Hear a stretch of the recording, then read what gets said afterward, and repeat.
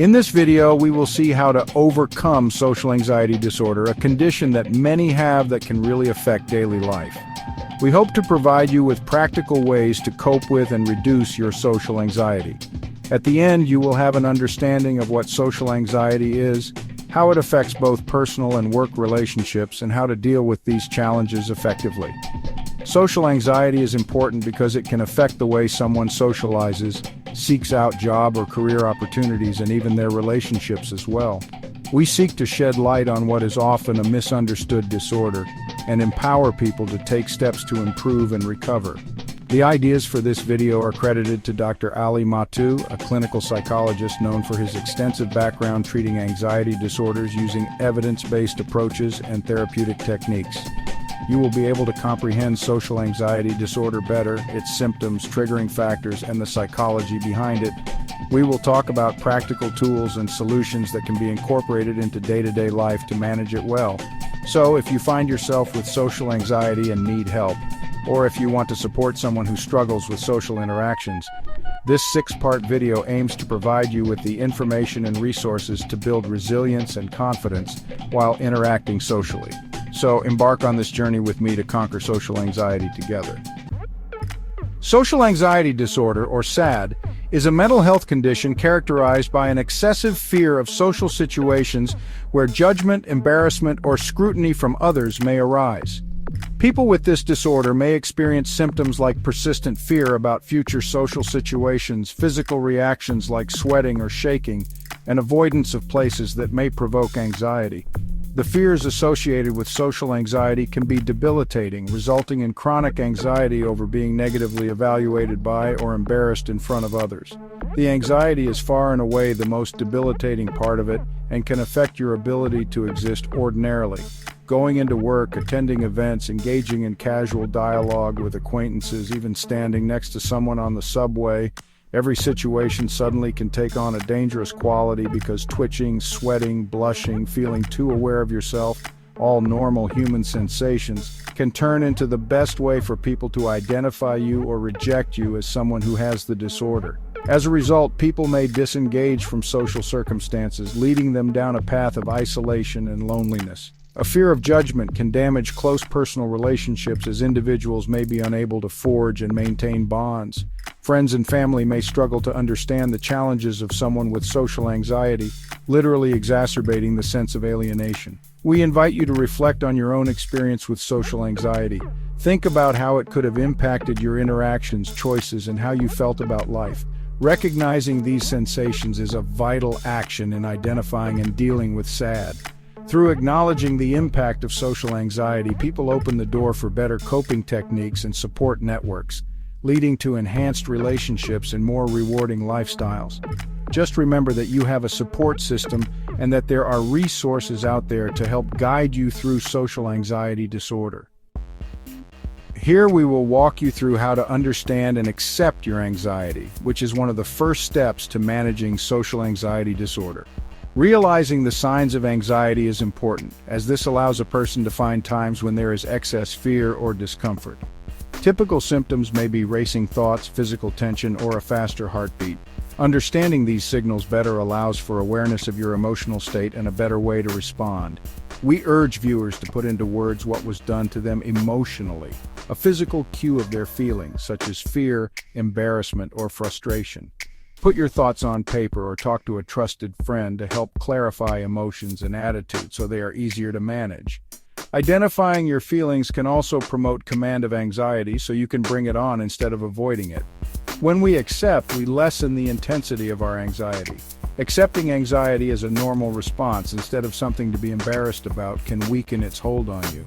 Acceptance does not mean surrendering to a life with anxiety, but rather recognizing anxiety as a facet of your experience that can coexist with day-to-day living. Accepting feelings without passing judgment on yourself opens the door to self-compassion and acceptance. This mind shift can help lower the general intensity of anxiety, making it easier to move through social situations. They show you it is not weakness, but a brave step towards nourishment of mind and growth. On this path, you make peace with anxiety and you come to live and even enjoy social interactions. Here we describe exposure therapy, a powerful method for conquering social anxiety. This therapy is predicated on the belief that gradually confronting anxiety-inducing social events reduces sensitivity to those fears. Facing up to such situations gradually helps reduce the impact of anxiety over time.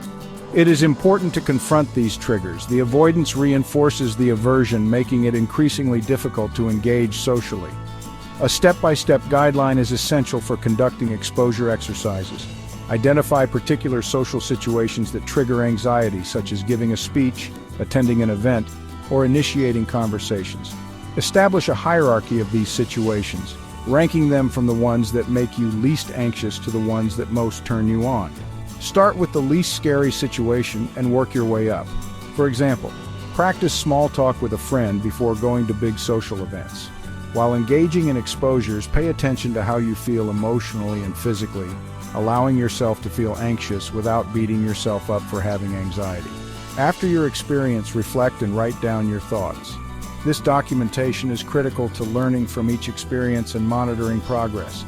Experiences reviewed show patterns, recognize improvements, and help understand how anxiety unfolded. Note that exposure therapy is all about patience, so also remember to celebrate those small victories because every step is a step toward confidence and less anxiety. Through repetition and introspection, you become someone able to stand up in society and take a hit.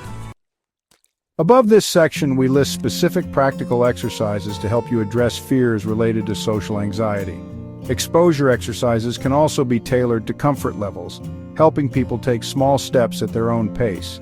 For those starting out, you might begin purely exchanging a glance for a second with a Facebook stranger or smiling at a passerby. Once you build some confidence, move to more complex things like starting a short conversation with a cashier or asking someone in your meeting a question. Larger challenges might include socializing at a social event or trying a group activity to meet new people. Gradually make tasks more difficult, building resilience and reducing overload. Start small, progress slowly, and make sure you can get through each chunk.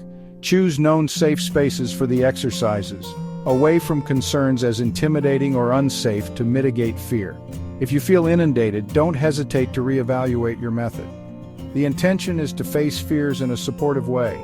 Keep experience logs after workouts. This leads to some reflection on how you feel and to tracking your development.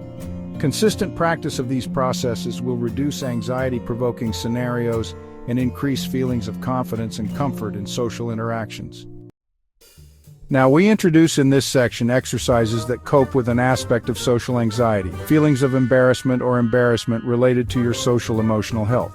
This is why practicing in public makes one less sensitive to these sensations. Begin with light, mildly embarrassing tales like saying a word with an intentional, childlike pronunciation in a conversation or walking around with mismatched socks. These exercises provide a low-risk exposure to embarrassing situations and reduce the power they hold over us. As you get more comfortable, pair the exercises with other challenges, such as striking up conversations or participating in group activities.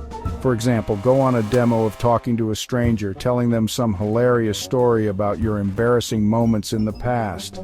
This pairing both tackles common fears and highlights embarrassment as a collective experience. There is something about humor and play that is important in these exercises.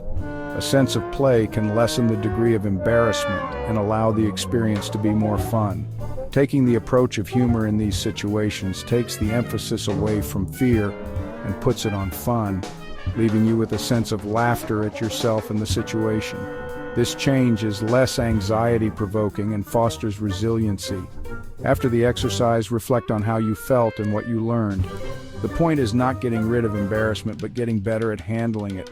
These exercises are practiced a lot and develop that relationship with shame, building confidence, and tearing out the cringing chapter from the book of our social life. This section highlights the importance of receiving real feedback from other people as a central core that allows you to overcome your social anxiety. With feedback, you can see if you are getting noticed and how you come across socially. A clear point of view on our strengths and where to work, both of which are extremely important to improve confidence and social skills, is only possible if we seek feedback. Ask for feedback in different contexts, even from friends or family. After a conversation or group activity, ask about perception. Did I seem engaged, or was I clear? Elicit helpful reactions to encourage development. Only feedback, nice feedback, or negative feedback is important for individual growth. Confidence and strengths are reinforced when feedback is positive. Negative feedback can be tough, but it reveals what needs to change. The yin and the yang of self-examination and social behavior. Feedback equals development equals growth, which is a process that takes time. Use uncomfortable experiences as opportunities to improve, with an open mind and a desire to learn. Reflecting upon feedback makes us more self-aware, socially skilled, and fulfilled. Know that each nugget of social feedback is progress toward being your best self in public. We covered intake and management of social anxiety in this video. We highlighted the faux pas of dismissing social anxiety because it is life and relation shaping. Understanding this affliction leads individuals to initiate recovery processes. We added in exercises that challenge fear, deal with embarrassment, and do exposure therapy, a critical component for desensitizing to anxiety-provoking situations and developing confidence. Also discussed was the power of real feedback from others, including aspects of social presence and growth guidance. Receiving feedback helps clarify strengths and areas of improvement, sharpening social skills. We encourage action now by trying out the exercises we discussed. Each activity, be it exposure practices, embarrassment, or feedback, creates a step towards enhancing your resilience and confidence. It takes time to change. You must be gentle with yourself in the process. If you like this video, please subscribe to our channel for more videos about social anxiety, mental health, and more. Hit like and share to spread these insights. A community that fosters, encourages, and supports each other in overcoming our fears and being socially able. Thanks for watching, and we hope to see you in our next episode. Turtles get there too.